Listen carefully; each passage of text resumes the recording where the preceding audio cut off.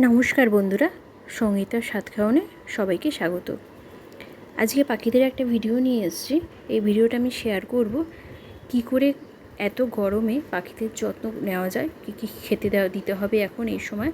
যারা নতুন পাখি করছো তাদের জন্য এই ভিডিওটা খুব ভালো হবে। যদি তোমরা ভিডিওটা দেখো, স্কিপ না করে পুরো ভিডিওটা দেখো, ভালো লাগবে। আর যদি ভালো লাগে তাহলে অনুরোধ করব আমার চ্যানেলটা একটু সাবস্ক্রাইব করে আমার পাশে থাকার জন্য। প্রথমেই বলবো, খাঁচায় যদি কোনো ব্রিডিং বক্স কিংবা ঘট দেওয়া থাকে তাহলে সেটাকে আগে খুলে ফেলতে হবে, কারণ পাখি এখন সম্পূর্ণ রেস্টে থাকবে। এত গরমে যদি ওরা ব্রিডিং বক্স আর কিংবা ঘর দেখলে ডিম পেড়ে ফেলে তখন ওদের পক্ষে খুব ক্ষতিকারক।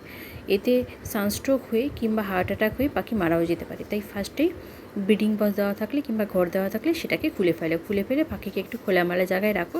আমার যেমন দেখো, ওরা ছোট ছোট খাঁচায় ছিল, সেখান থেকে লাভবার্ডগুলোকে আমি একটা বড় খাঁচায়, দু পেয়ার লাভবার্ডকে একটা বড় খাঁচায় করে দিয়েছি, যাতে ওরা একটু খোলামেলাভাবে থাকতে পারে এখন। তারপরে আসবো খাবার ব্যাপারে। পাখিকে এখন যতটা পরিমাণে পারো সফট ফুড দাও। যেমন সফট ফুডের মধ্যে দিয়েছি ভিজিয়ে রাখা ছোলা, মানে ছোলা, বাদাম, কাঁচা ছোলা, কাঁচা বাদাম, বিনসের দানা, বরবটির দানা, এগুলো আমি ভিজিয়ে রেখেছিলাম আগের দিন রাত্রিবেলা, সেটাই দিয়েছি। আর রয়েছে সবজির মধ্যে দেখো রয়েছে কুঁদরি, যেটা নাকি তেলাগোজোর মতন দেখতে, সেটা রয়েছে কলমি শাক, আর রয়েছে বিনস। সেম জিনিসই দেখো বড় বড় করে রয়েছে ওখানে, ওটা কুমড়োর জন্য রয়েছে, আর ছোট ছোট করে কোচানো রয়েছে, এটা লাভবার্ডের জন্য রয়েছে।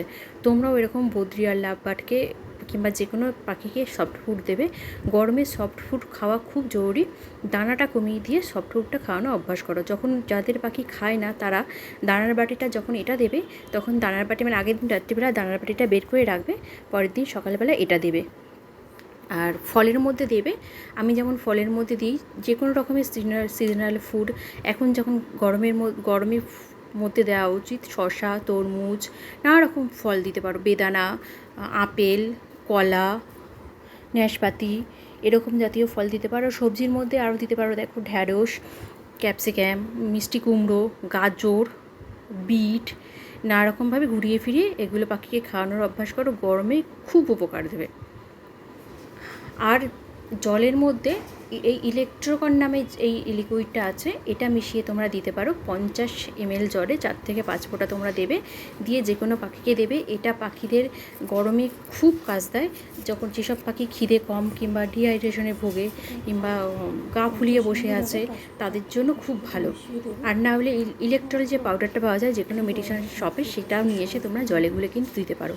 আর জলটা পার ডে 2 থেকে 3 বার চেঞ্জ করে দেবে পাখিদের জন্য।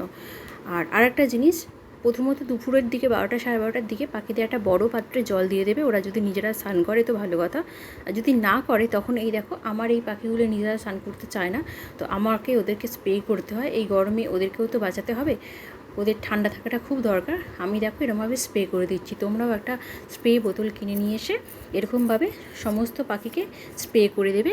ওই ধরো 12টা সাড়ে 12টা 1টা নাগাদ স্প্রে করে দেবে। দিনে 2বারও স্প্রে করতে পারো, কারণ এখন প্রচণ্ড হিট, যত পাখিকে ঠান্ডা রাখবে তত ভালো। আর হালকা করে একটু ফ্যান চালিয়ে দিও।